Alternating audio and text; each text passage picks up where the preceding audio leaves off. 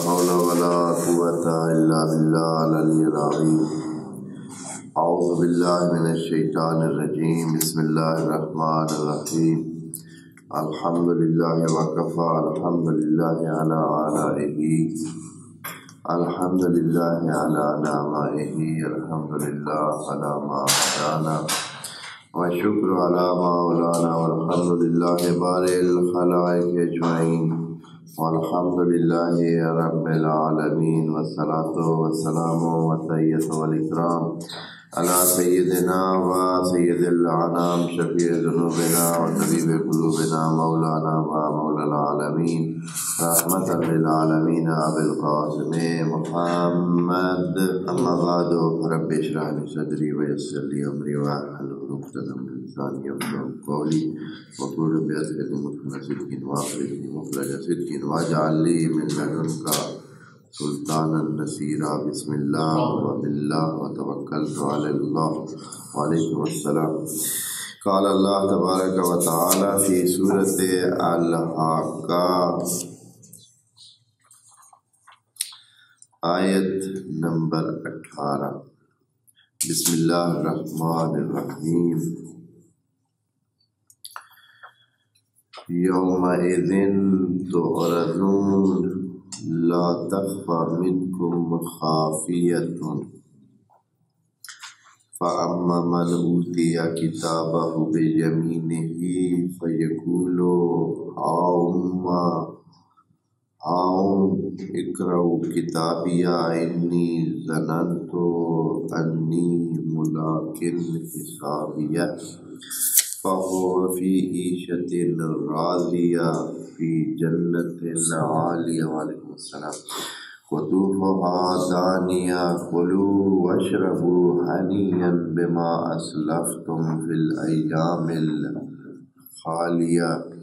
وأما من أوتي كتابه بشماله فيقول يا ليتني لم أوت كتابيا ولم أدر ما حسابيا یا لیتہا کانت القاضیہ. وعلیکم السلام. ما انا انی مالیہ حلق انی سلطانیہ خذوہ فغلوہ ثم الجحیم صلوہ ثم فی سلسلۃ ذرعہا 70 ذراعا فاسلکوہ إنه كان لا يؤمن بالله العظيم ولا يحض على طعام المسكين. صدق الله العظيم. سورہ حاقہ کو مورد بحث قرار دیا ہے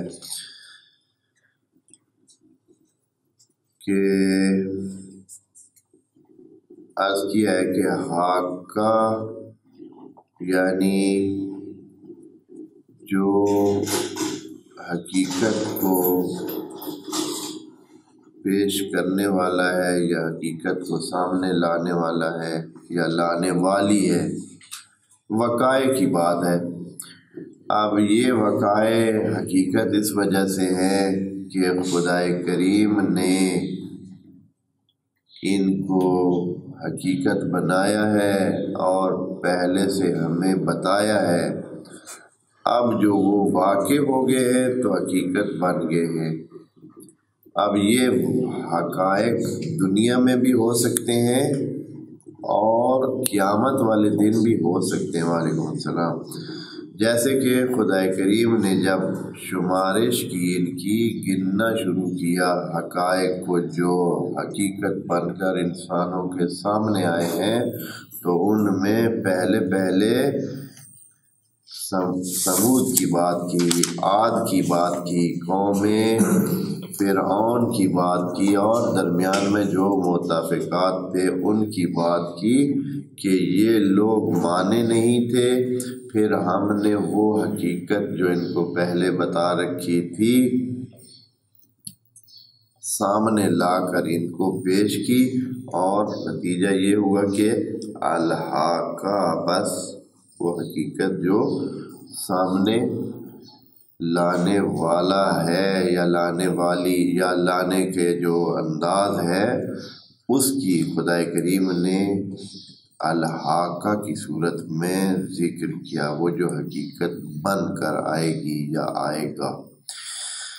اسی ضمن میں چونکہ بات ان قوموں کی شروع ہوئی ہے جو نہ ماننے والی تھیں، تو خدا کریم نے اس حقیقت کا جو دوسرا پہلو ہے، ایک تو پہلو وہ جو اس دنیا میں پیش آیا جیسے قوم سمود، قوم عاد، فرعون اور دوسری اقوام کے ساتھ پیش آیا، اس کے بعد فرمایا کہ صرف یہاں کہانی حقیقت کی ختم نہیں ہوتی ہے، الحاقہ اس کے بعد بھی ہے، اور وہ کل ہم نے یہ آغاز کر دیا تھا اس بات کا کہ ایک سور میں پھونکی جائے گی اور اس کے نتیجے میں آسمانوں میں خلا پیدا ہو جائے گی، زمین کو ایک پھٹنے کے انداز میں یا ایک سخت قسم کا کوئی اس کے ساتھ ایک دھچکے میں اس کو توڑ دیا جائے گا، پاش کر دیا جائے گا۔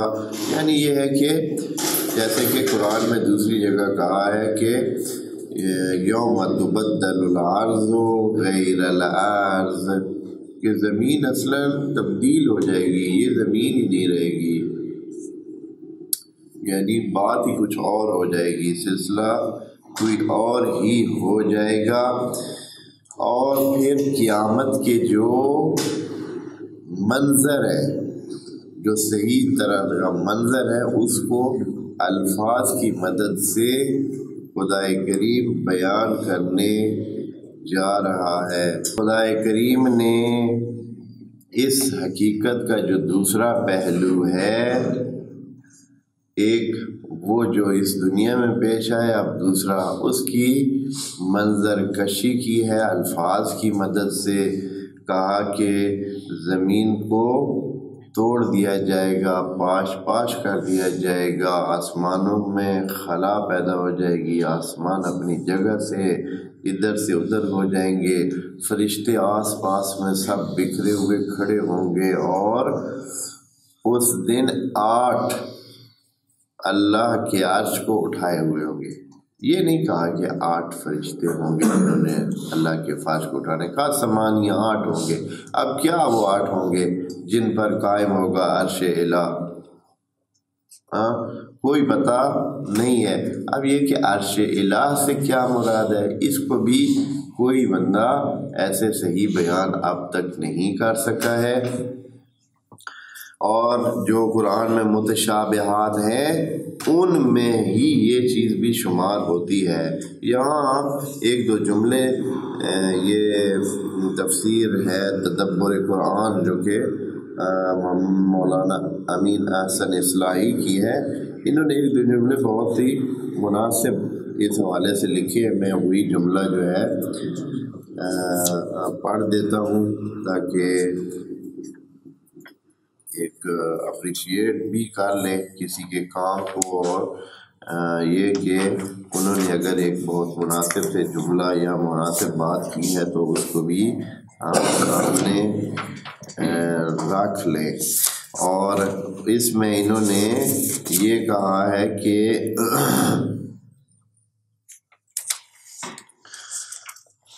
یہ اسی آیت کے ذیل میں کہ یہ جو 8 اٹھائیں گے، اس کے ذیل میں انہوں نے کہا کہ میں اس کو ذرا دیکھ کر دوستوں کو بتاتا ہوں۔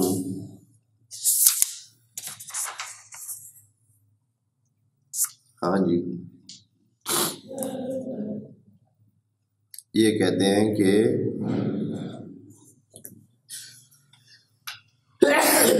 الحمدللہ وَيَحْمِلُ عَرْشَ رَبِّكَ فَوْقَهُمْ يَوْمَئِذٍ ثَمَانِيَةٌ، اس بارے میں قرآن مجید میں قیامت کے جو احوال بیان ہوئے ہیں، ذرا توجہ سے سنیں، قیامت کہ جو احوال بیان ہوئے ہیں ان کا تعلق متشابہات سے ہے، یعنی ہمارے لیے واضح نہیں ہے، ابھی واضح نہیں ہے۔ ہو سکتا ہے کوئی زمانہ آ جائے تو انسان کی معلومات اتنی ہو جائیں کہ وہ اندازہ لگا سکے کہ پرلی سائڈ پہ کیا کیسے ہے۔ ہمیں تو کہا گیا کہ نہر ہوگی دودھ کی، ہاں، لیکن آیا وہ نہر کس طرح ہوگی، یا آیا اسی طرح ہوگی کہ نہر ہوگی جیسے یہاں نہر ہوتی ہے تو لوگ جاتے ہیں نہر کے کنارے اپنے برتن بار بار کے جو ہے لے جاتے ہیں، یا پھر اس میں سے اپنی زمینوں کی طرف راستے نکالتے ہیں، اس طرح کی نہر ہوگی۔ یا جو فروٹوں کا کہا گیا، یا کہا گیا ہے کہ جنت میں باغ ہوں گے، جنت خود ہی باغ ہے اور وہ اس میں بھی باغ ہوں گے، اور درخت جو ہوں گے وہ ہوں گے بڑے بڑے، لیکن ان کے پھل آپ کے ہر طرف ڈھیر ہوں گے، آپ بس جیسے ہی ہاتھ کریں گے تو آپ کے ہاتھ میں پھل آ جائے گا۔ تو یہ کیسے تصور کرتے ہیں، بڑا مشکل ہے، اس لیے انہوں نے یہ جملہ بڑا ٹھیک کہا ہے کہ ان کا تعلق متشابہات سے ہے، ہمارے فہم سے قریب لانے کے لیے ان کو ایسے لفظوں میں بیان کیا جاتا ہے جن سے فی الجملہ یعنی اجمالاً، یعنی تھوڑا مبہم سا، ان کا تصور ہمارے ذہن میں قائم ہو جائے، صرف ہم سمجھ سکیں کہ یہ جو عام چیزیں جانتے ہیں وہ اس ٹائپ کی ہوں گی، لیکن ان کی ایک علیحدہ قسم ہوگی، یعنی یہ ابتدائی تصور۔ تو یہ احوال ایک نادیدہ عالم کے ہیں، حقیقت ہے کہ ایک نادیدہ عالم کے احوال ہیں، ان کا تصور دینے کے لیے یہی طریقہ اختیار کیا جا سکتا ہے۔ ان کی اصل حقیقت کا جاننا اس عالم میں ہمارے لیے ممکن نہیں ہے۔ چنانچہ قرآن نے ان کے متعلق یہ ہدایت دی ہے کہ وہ جس طرح بیان ہوئے ہیں اسی طرح ان پر اجمالی ایمان رکھا جائے، بس یہی کہا جائے کہ آمنا کل من عند ربنا، کہ ہم ایمان لاتے ہیں جو خدا کہہ رہا ہے وہ ٹھیک ہے، جو وہ فرما رہا ہے خدا کی طرف سے ہمیں معلومات دی گئی ہیں، یہی جس طرح بتایا گیا ہے اسی طرح ہی ہوگا، بس اتنا ہی۔ اب یہ کہ تفصیل سے بنا جائے کہ ہاں جو وہ کیسے ہوگا نہیں ہوگا، پتہ نہیں لوگ کیا کیا چیزیں سوال کرنے شروع کر دیتے ہیں، تو ایسے ضرورت نہیں ہے، بس خدا کریم نے حقیقت بتائی ہے، آپ نے خدا کو اگر مان لیا ہے کہ وہ حقیقت ہے، اور باقی چیزیں بھی خدا نے اپنے حقیقت ہونے کے لیے اتنی علامات بتا دی ہیں، تو اب جو وہ آگے کے لیے بتا رہا ہے وہ خود ہمیں مان لینا چاہیے کہ ایسے ہوگا، اور اس کی تفصیل ہمیں نہیں پتہ۔ بس یہاں بھی یہ آیت جو ہے، جو کل آخری آیت تقریباً آخری کے قریب پڑی تھی، آخری ہی تھی، کہ اس دن یا قیامت والے ایام میں، قیامت والے دن کیا ہوگا، 8 فرشتے یا انسان یا انبیاء یا کیا 8 اٹھائے ہوئے ہوں گے، کس کو؟ عرش الہی کو۔ اچھا اس دن پھر کیا ہوگا جی؟ آپ نے یہ تو منظر بنا دیا، یہ تو تھا وہ جو اس دن قیامت کے دن کی ڈیکوریشن تھی، ہاں کیا ہوگا؟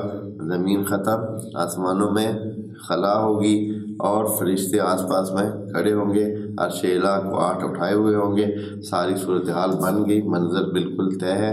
اب اس میں ہونا کیا ہے؟ فرماتے ہیں اس میں اور کیا ہونا ہے، یہی ہونا ہے کہ سارے انسانوں کا جو کارنامہ ہے وہ سامنے لا، یوم تعرضون، اس دن آپ کو منظر پہ لایا جائے گا، سامنے لایا جائے گا، عرض کر دیا جائے گا، یعنی سامنے لایا جائے گا، سب کے سامنے۔ لا تخفی منکم خافیہ، اس دن کوئی بات آپ کی چھپی نہیں رہے گی۔ ابھی تو انسانوں کے اندر، انسانوں کے کارنامے کیا رہتے ہیں جی؟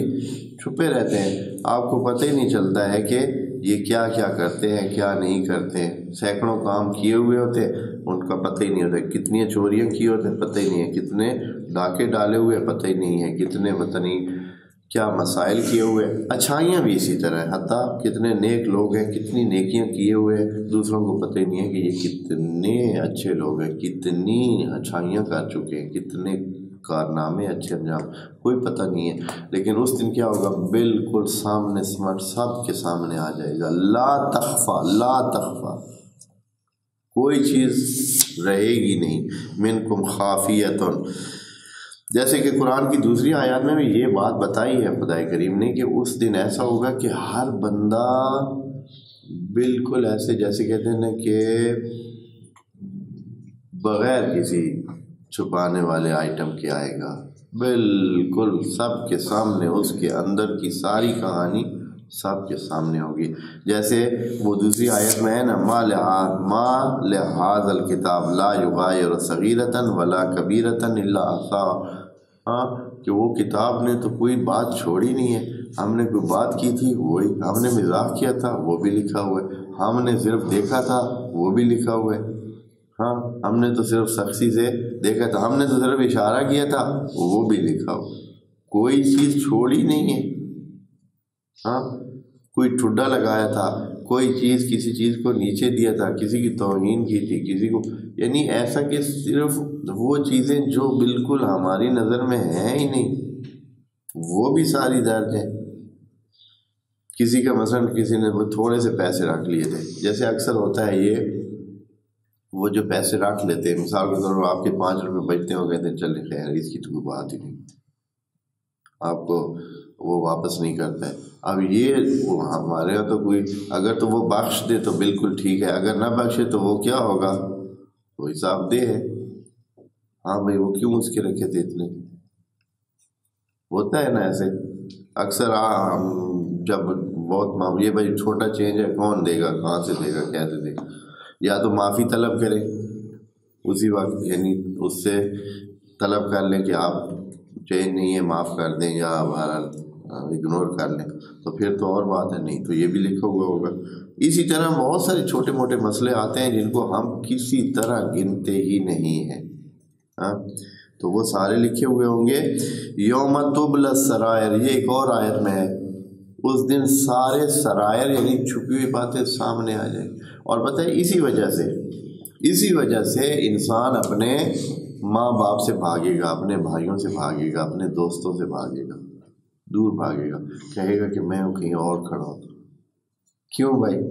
وہی دوستوں کے سامنے تو بڑا شریف بنا ہوا ہے، گھر والوں کے سامنے تو بڑا ہی شریف بنا ہوا ہے، لیکن اصل میں کیا ہے اس دن تو سامنے آ جائے گا. اب سامنے آئے گا تو اپنے ماں باپ کے سامنے، اپنے بہن بھائیوں کے سامنے بھی آنکھیں اونچی نہیں کر سکے. اچھا یہ اس طرح کا بندہ تھا جو ہمارے ساتھ رہتا تھا، ہمارا بھائی تھا، ہمارا اتنا نکما تھا، اتنے غلط کام کرتا تھا.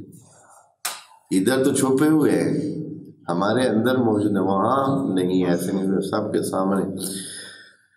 یومہم بارزون لا یخفی علی اللہ منہم شیء، کوئی چیز چھپی نہیں رہے گی. اچھا پھر کیا ہوگا یا اللہ، اس کے بعد کیا ہوگا یہ تو چلے، پھر جو ہے ہر ایک کو اپنا کارنامہ دیا جائے گا.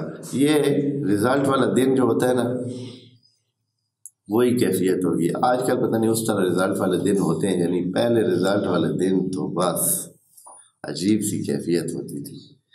بھائی آج رزلٹ ہے، آج نفسیاتی طور پر اتنا کوئی اندازہ ہی نہیں ہوتا تھا کہ بھائی کیا ہونا ہے. بے یقینی کی ایسی صورتحال کہ کچھ بھی ہو سکتا ہے، فیل بھی ہو سکتا ہے، پاس بھی ہو سکتا ہے. تو وہاں اعلان ہوتا، اور جن کا فیل کا اعلان ہوتا تو ان کے تو چہرے ہی جو ہے وہ سیاہی کی طرف مائل ہو جاتے ہیں. یہ کہتا کیا بری حالت ہوتی تھی. تو یہ فرما رہے ہیں کہ فاما، ابھی یہاں بھی یہی ہے، بالکل اس دن سرٹیفکیٹ دے رہے ہیں پاس اور فیل کا. فاما من اوتی کتابہ بیمینہ، تو کھڑے کھڑے پتہ چلے گا کہ ہاتھ میں کتاب آ گئی ہے اور سجے ہاتھ میں آئی ہے. سجے ہاتھ میں آئے گی تو بندے خوش ہو جائے گی. جس کی سجے ہاتھ میں آئے گی نا، اس میں دائنے ہاتھ میں، تو وہ بہت خوش ہو جائیں گے. کیا خوشی ہوگی؟ فَأَمَّا مَنْ أُوتِيَ، جو دیا جائے گا کتابہ اپنی کتاب بِيَمِينِهِ اپنے دائنے ہاتھ میں، فَيَقُولُ، تو اونچی آواز میں بولے گا، آؤ بھائی سارے، آؤ بھائی، اقرؤ کتابیہ، میری کتاب پڑھے. یہ دیکھیے جیسے ابھی ہوتا ہے نا، جو پاس ہوتے ہیں بچے وہ پہلے جو بھی ملتا ہے، ماما ملتا ہے، چاچا ملتا ہے، ابا ملتا ہے، امی ملتا ہے، بہن ملتا ہے، دوست، جو بھی دیکھیں یہ میرا رزلٹ ہے، دیکھیں یہ میرا رزلٹ ہے، دیکھیں ہر کسی کو دکھا رہا ہے، اور وہاں بھی یہی کیفیت ہوگی، یعنی یہ کیونکہ خوشی کا اظہار ہے اور خوشی کا ایک موقع ہے، انسان اس بات سے خوش ہوتا ہے کہ اس کو رزلٹ پاس کر دیا جائے، اور وہ سب کو دکھا کر اپنی خوشی کو کیا کرتا ہے، بڑھاتا رہتا ہے، ہر وقت خوش ہوتا رہتا ہے۔ فَيَقُولُ هَاؤْمْ، آؤ بھائی آؤ بھائی، اس طرح یہ ہاؤ ایک قسم کا اسی طرح کا یہ بلانے کا انداز ہے، ہاؤ آؤ بھائی آؤ بھائی، ہاں اقرؤ کتاب، دیکھیں میری کتاب، پڑھیں میری کتاب، پڑھیں میرا کارنامہ، انی ظننت انی ملاق حسابیہ، مجھے پہلے ہی پتہ تھا کہ میرا حساب بہت اچھا ہوگا، ملاق حسابیہ، یہ جو میں نے کیے ہیں تو مجھے اس کا حساب ملے گا، ملاق یعنی ملاقی، ملاقات کروں گا، ملاقیون میں ملاقات کرنے والا ہوں، کس کو، حسابیہ اپنے حساب کو، میرا حساب مجھے ملنے والا ہے۔ اچھا یہ تو ہو گیا وہ جو جس کے داہنے ہاتھ میں اس کا کارنامہ اور اس کا وہ دیا جائے گا نتیجہ اس کی زندگی کا، پھر اس کو کیا ہوگا، صرف رزلٹ دیکھ کے بس اس کو ہی چومے گا، ہاں جیسے یا اور بھی کچھ ہوگا، کہتے ہیں ہاں یہ بہت بڑا سرٹیفکیٹ ہے، اس کی بنیاد پر کیا ہوگا، فَهُوَ فِي عِيشَةٍ رَاضِيَةٍ، ایک راضی زندگی، عیشہ راضی، عیشہ راضی یعنی ایسی زندگی جو زندگی راضی ہے، یعنی اتنا راضی ہے کہ خود بندے سے زندگی تک تو راضی ہی راضی ہے، ہونا تو بندے کو راضی چاہیے تھا، لیکن وہ کہتے ہیں کہ ایسی ہے کہ زندگی راضی ہے، یعنی رضایت اس زندگی کے ساتھ چپکی ہوئی ہے، یہ زندگی کسی کو بھی ملے تو وہ راضی ہو جائے گا، اس لیے کہ رضایت اس زندگی کے ساتھ اتنی جڑی ہوئی ہے کہ زندگی ہی راضی بن گئی ہے، یعنی وہ ایسی زندگی کہ کوئی بندہ اسے ریجیکٹ کر ہی نہیں سکتا ہے، ایسی زندگی، اس لیے زندگی کو کہہ دیا کہ زندگی راضی ہوگی۔ فَهُوَ فِي عِيشَةٍ رَاضِيَةٍ، کیا ہوگا، تھوڑی سی تفصیل بتائیں اللہ، ہم سادہ لوگ ہیں، ہمیں نہیں پتہ چلتا ہے عیشہ راضیہ کیا ہوتی ہے، ہاں کہتے ہیں فی جنت عالیہ، جنت ہوگی، باغ ہوں گے، اور باغ بھی بلند باغ ہوں گے۔ اچھا ہے اللہ بہت بلند ہوئے تو ہمارا جائے گا کون ادھر سے، ہاں ادھر ممکن ہے جیسے آج کل مزدور ہی نہیں ملتا ہے، بندے کے درخت اوپر ہی خشک ہو جاتا ہے، پھل توڑنے کے لیے بندے ہی نہیں ملتے، ہاں جنت عالیہ، بلند باغ ہوں گے، تو پھر ہمیں پھل کون توڑ دے گا، کیسے ہوگا، فرماتے ہیں فکر نہ کریں، قطوفہا دانیہ، ان کی جو پھل توڑنے کا طریقہ ہے وہ دانیہ ہے، یعنی پھل آپ کے قریب ہوں گے، جنت باغ عالی ہوں گے لیکن ان کے پھل جو ہے وہ کیا ہوں گے، دانیہ، بلکہ آپ کی رسائی میں ہوں گے، آپ ہاتھ کریں گے تو ہاتھ میں آ جائیں گے۔ پھر کیا، کلو واشربو، اور کہا جائے گا موجے ماریں بھائی، آپ موجے ماریں، ہاں کلو واشربو، کھائیں پئیں، ہنیئن، موجیں کریں، یہ ہنیئن کا لفظ بالکل موجیں کرنے کے لیے، جس کو کہا جائے نا کہ ہنی، آپ کو خوشگوار رہے، آپ کو گوارا ہو، آپ کو لطف آئے، ہاں مزے لو، خوشی اٹھاؤ، تو یہ اس طرح کا لفظ ہے، اور کہا جائے کہ موجیں کرو، بما اسلفتم، کس بنیاد پر، فرماتے ہیں کہ چونکہ آپ نے پچھلے زندگی کے حصے میں کیا کیا ہے، اچھائی کی، جو کیا ہے وہی مل رہا ہے آپ کو، بما اسلفتم، جو آپ نے کارنامے کیے ہیں اچھے، کب، فی الایام الخالیہ، پچھلے زمانے میں، پچھلے دنوں میں، یعنی زندگی کے، خدا کریم زندگی کو پوری کو کیا شمار کر رہا ہے، ایام، کچھ دن، اور حقیقتاً ہیں بھی کچھ دن، کچھ دن ہی پتہ چلتا ہے کہ ہیں جو آپ نے گزار لیے ہیں، اور اس زندگی کے مقابلے میں تو بالکل بھی کچھ دن ہے، یہ 70-80 سال جو انسان کو ملتے ہیں، یہ اس دائمی زندگی کے بارے میں آپ سوچیں، ابھی کچھ چیزیں ہیں جو کتنی زندگی کا چکے ہیں، مثلاً 1 ارب سال، عجیب 1 ارب سال ہو گیا اس کو، 5 لاکھ سال ہو گئے، 5 پتہ نہیں کتنے، مطلب 10 ملین سال ہو گئے، کئی چیزیں نکلتی ہیں کہ بھائی یہ کتنے سالوں سے ادھر ہے، 10 ملین سالوں سے، 10 کروڑ سالوں سے، تو 1 ارب سال سے بھائی ہے، ہو رہا ہے اسی جان میں. ادھر بھی ابھی 1 کروڑوں سالوں پر مشتمل زندگیاں موجود ہیں، انسانوں کی نہیں ہیں، باقی چیزوں کی تو ہے نا. تو ادھر بھی ایسے ہی اتنی لمبی زندگی، اس کے مقابلے میں یہ 70-80 سال کیا ہے؟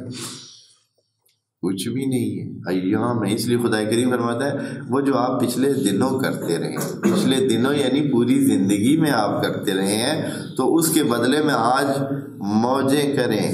اچھا یہ تو ہو گیا اس کا کارنامہ جو اپنے دائنے ہاتھ میں اس کو پاس سرٹیفکیٹ ملا ہے. اب دوسرا بھی تو ہے، فرماتے وَأَمَّا مَنْ أُوتِيَ كِتَابَهُ بِشِمَالِهِ، اور اگر کسی کو تھما دی جائے گی اس کی کتاب اس کے بائیں ہاتھ میں، کھبے ہاتھ میں ہیں جی، بائیں ہاتھ میں دے دی جائے گی، تو وہ کیا کرے گا؟ یعنی اس کو پڑھنے سے پہلے اسے پتہ چل جائے گا کہ کام بڑا خراب ہے. ہاں فَيَقُولُ، وہ بھی بولے گا، لیکن کیسے بولے گا؟ اوپر سر اٹھا کے سب کو بلائے گا کہ ہاں جی دیکھیں میرا کارنامہ. نہیں، اس کا سر تقریباً نیچے ہوگا. کیوں؟ اس کی بات سے پتہ چل رہا ہے. وہ کہہ رہا ہوگا یا لیتنی لم اوت کتابیہ، کاش میں نے کتاب دین دے ہی نہیں. ہاں کاش مجھے کتاب ہی نہ دیتے، مجھے کارنامہ دیتے ہی نہیں، میرا اعلان ہی نہ ہوتا. جو فیل ہوتے ہیں ان کا اگر اعلان نہ ہو تو کتنا اچھا لگتا ہے. بس نہیں ہوا ہے، خیر ہے، بجائے اس کے کہ فیل اعلان ہو، فیل اعلان نہ ہی ہو تو ہی بہتر ہے. پر وہاں بھی یہی کیفیت ہوگی. فیقول، کہے گا یا لیتنی، کاش لم اوتا کتابیہ، مجھے کتاب دی ہی نہ جاتی. اور کیا؟ ولم ادر ما حسابیہ، مجھے بتا ہی نہ جاتا کہ میں نے کیا کیا، میرا حساب کتاب کیا ہی نہ جاتا، سرے سے کانٹا لگا دیا جاتا. بس ٹھیک ہے جی، لیکن یہ تو کاش ہے نا. یا لیتہا کانت القاضیہ، کاش کے موت سے میرا کام تمام ہو جاتا، مرتا تو بس ختم ہو جاتا، پھر اس کے بعد مجھے کوئی پوچھتا ہی نہیں. ما اغنا انی مالیہ، اب جو ہے نا روئے گا، پیٹے گا، کیا کہے گا؟ کہے گا میں تو مالدار تھا، بڑا مال تھا میرا، لیکن میرے مال نے میری مدد نہیں کی. ما اغنی مالیہ، اب میرا مال کوئی میری مدد نہیں کر سکتا ہے، کوئی مجھے چھڑا نہیں سکتا ہے، کوئی مجھے بچا نہیں سکتا ہے. حالک انی سلطانیہ، وہ جو میرا اثر و رسوخ تھا، جو میرا اثر و رسوخ، سلطان کہتے ہیں اثر و رسوخ کو، وہ جو دنیا میں ہوتا ہے نا اثر و رسوخ ہوتا ہے، چلتی ہے جس کی، کہتے نہیں ہے کہ جن کی چلتی ہے، وہ کہتے ہیں وہ جو ابھی ادھر چلتی تھی ادھر میری کوئی بات ہی نہیں چل رہی، کوئی میری سننے والا ہی نہیں ہے، کوئی مجھے گھا ہی نہیں ڈالتا، جیسے کہتے ہیں گھاس ہی نہیں ڈالتا. بلکہ آپ تو گھاس تو ڈالنے والے نہیں ہیں، بلکہ کیا ہے ابھی بتاتے ہیں کیا کرنا ہے ان کے ساتھ. اب یہ بندہ جو اپنے اندر اتنی باتیں کر رہا ہے کہ میرا، یعنی یہ ایک قسم کی اس کا فغاں ہے، ایک قسم کا نالہ ہے، درد کی آواز ہے جو وہ وہاں نوحہ کر رہا ہے کہ میرا مال بھی میری مدد کوئی نہیں کر رہا ہے، میرے جو اثر و رسوخ تھا، میری جو حکمرانی تھی، میں جو بڑا بنا ہوا تھا، آج کوئی بھی میری بات نہیں چل رہی ہے. تو اس کے بارے میں پھر فوراً کیا حکم ہوگا؟ اب کتاب اس کے داہنے نہیں بلکہ بائیں ہاتھ میں ہے، کھبے ہاتھ میں ہے. ہاں تو اس کو پتہ ہے اوپر سے حکم ہوگا خذوہ، پکڑ لیں بھائی اسے. ہاں تو پکڑنے والے فرشتے ہوں گے، کون سے؟ وہ جو غلاظ شداد، سخت قسم کے فرشتے. خذوہ، پکڑ لیں اسے، فغلوہ، اس کو طوق پہنا دیں. طوق پہنا دیں، طوق آپ جانتے ہیں، ویسے تو یہ حیوانات میں عام طور پر استعمال ہوتا ہے طوق. یہ جو گلے میں خاص قسم کی ایک، چاہے وہ لکڑی سے بنا ہوا ہو یا رسے سے بنا ہوا ہو یا لوہے سے بنا ہوا ہو، طوق کہتے ہیں، جو گلے کے اوپر لپیٹا جاتا ہے، جس سے پھر کنٹرول کیا جاتا ہے حیوانات کو. تو کہہ رہے ہیں کہ اس کو طوق ڈال دیں. اللہ اکبر. ہاں انسان کو توق ڈالا جائے گا. فغلوہ، پھر ثم الجحیم صلوہ، پھر آگ میں اسے بھوننا شروع کر دیں. ڈالنا نہیں ہے، بھوننا ہے. صلوہ.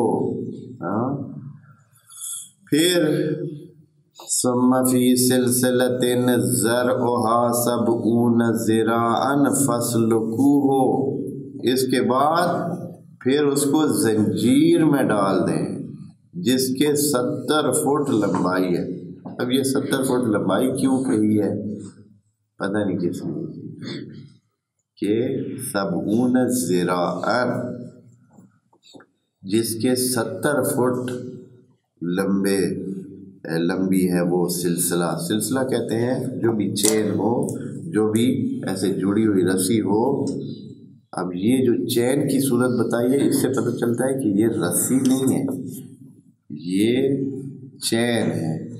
چین یعنی جو ایک دوسرے کے ساتھ جڑے ہوئے، جیسے زنجیر نہیں ہوتی، زنجیر ہے. تو اس کا مطلب ہے زنجیر تو ہوتی ہی اکثر کس کی ہے، لوہے کی زنجیر ہوتی ہے. رسی کو چین اس طرح زنجیر بنانے کی ضرورت نہیں ہوتی ہے، وہ تو خود ہی ایک دوسرے کے ساتھ جڑی ہوتی ہے. زنجیر وہی بنتی ہے جو کیا ہوتی ہے، لوہے کے ٹکڑوں کو جوڑ کر ان کے حلقوں کو جوڑ کر بنائی جاتی ہے. تو کہتے ہیں کہ فی سلسلۃ، ایک ایسے رسے میں یا ایک ایسے چین میں، زنجیر میں، ذرعها، جس کی بنائی کس کے ساتھ ہوگی، 70 ذراعا، 70 فٹ یا 70 ذراع ہوگی. ذراع ہاتھ کہتے ہیں. پرانے زمانے میں آپ جانتے ہیں یا سنا ہوا ہے بعض دوستوں نے کہ ہاتھوں سے ناپتے تھے اور ماپتے تھے. کہتے تھے کہ کتنے ہاتھ، ہاں مثلا کتنے ہاتھ ہے آپ کی زمین، 10 ہاتھ ہے، 5 ہاتھ ہے. وہ ہاتھ جو وہی ذراع ہوتے تھے، یعنی فٹ. بعد میں اس کو جو ہے جدید طریقے کو یہ جو ذراع یہاں سے لے کر یہاں کی، اسی کو فٹ بنا دیا گیا. وہ کوئی ہوگا جو ابتدا میں بنانے والا، اس کا جو ہے ہاتھ فٹ کے برابر ہوگا یا جیسے بھی ہے تو فٹ کے برابر.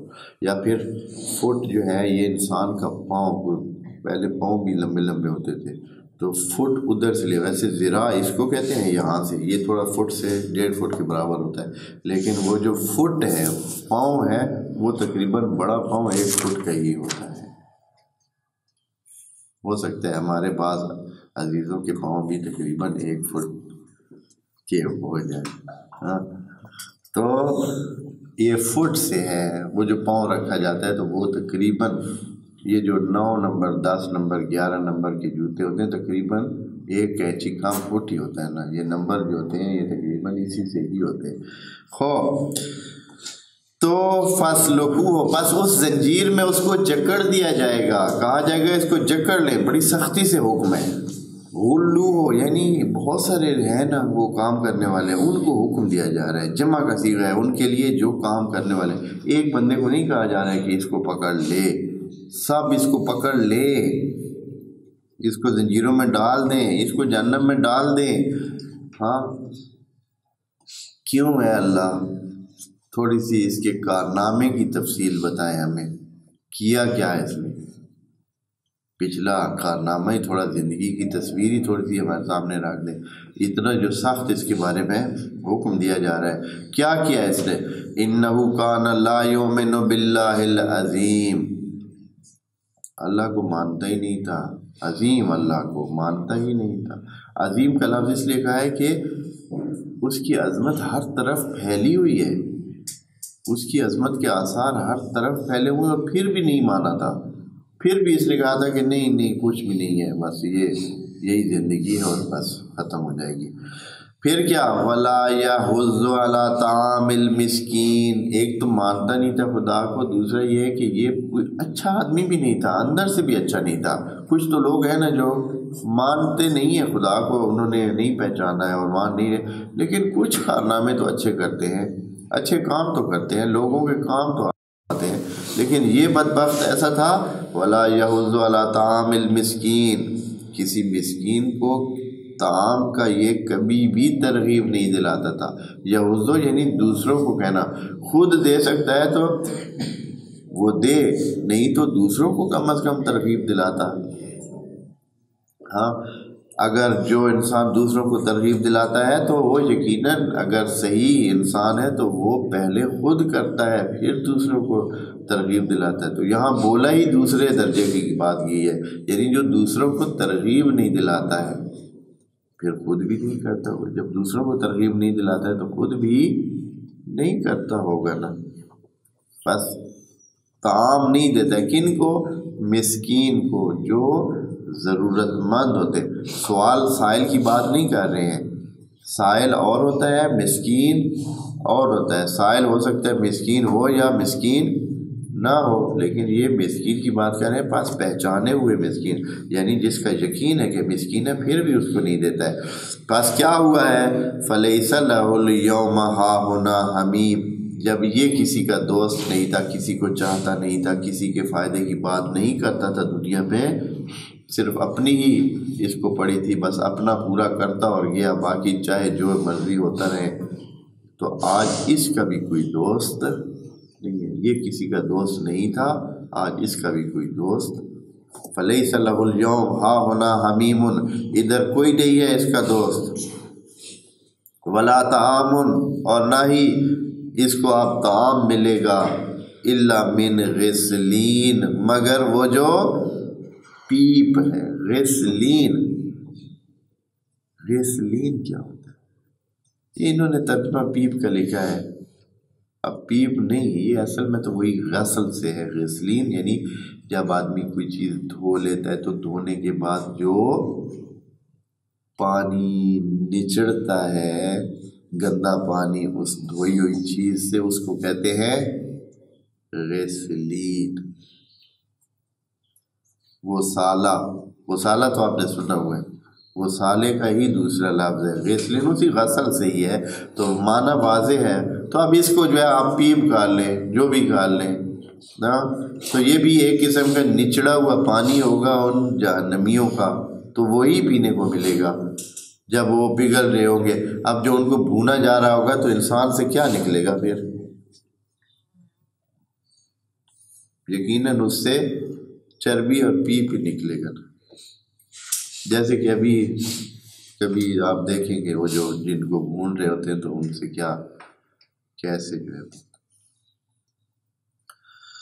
خدا کی پناہ ہے۔ فرماتے ہیں وَلَا طَعَامٌ إِلَّا مِنْ غِسْلِينَ وَلَا يَأْكُلُهُ إِلَّا الْخَاطِئُونَ، وہ ایسی چیز ہے جس کو کوئی بھی نہیں کھاتا ہے، کوئی بھی کھانے کی عادت نہیں کرتا ہے، مگر کون؟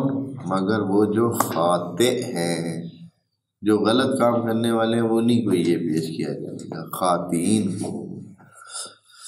لا يَأْكُلُهُ إِلَّا الْخَاطِئُونَ،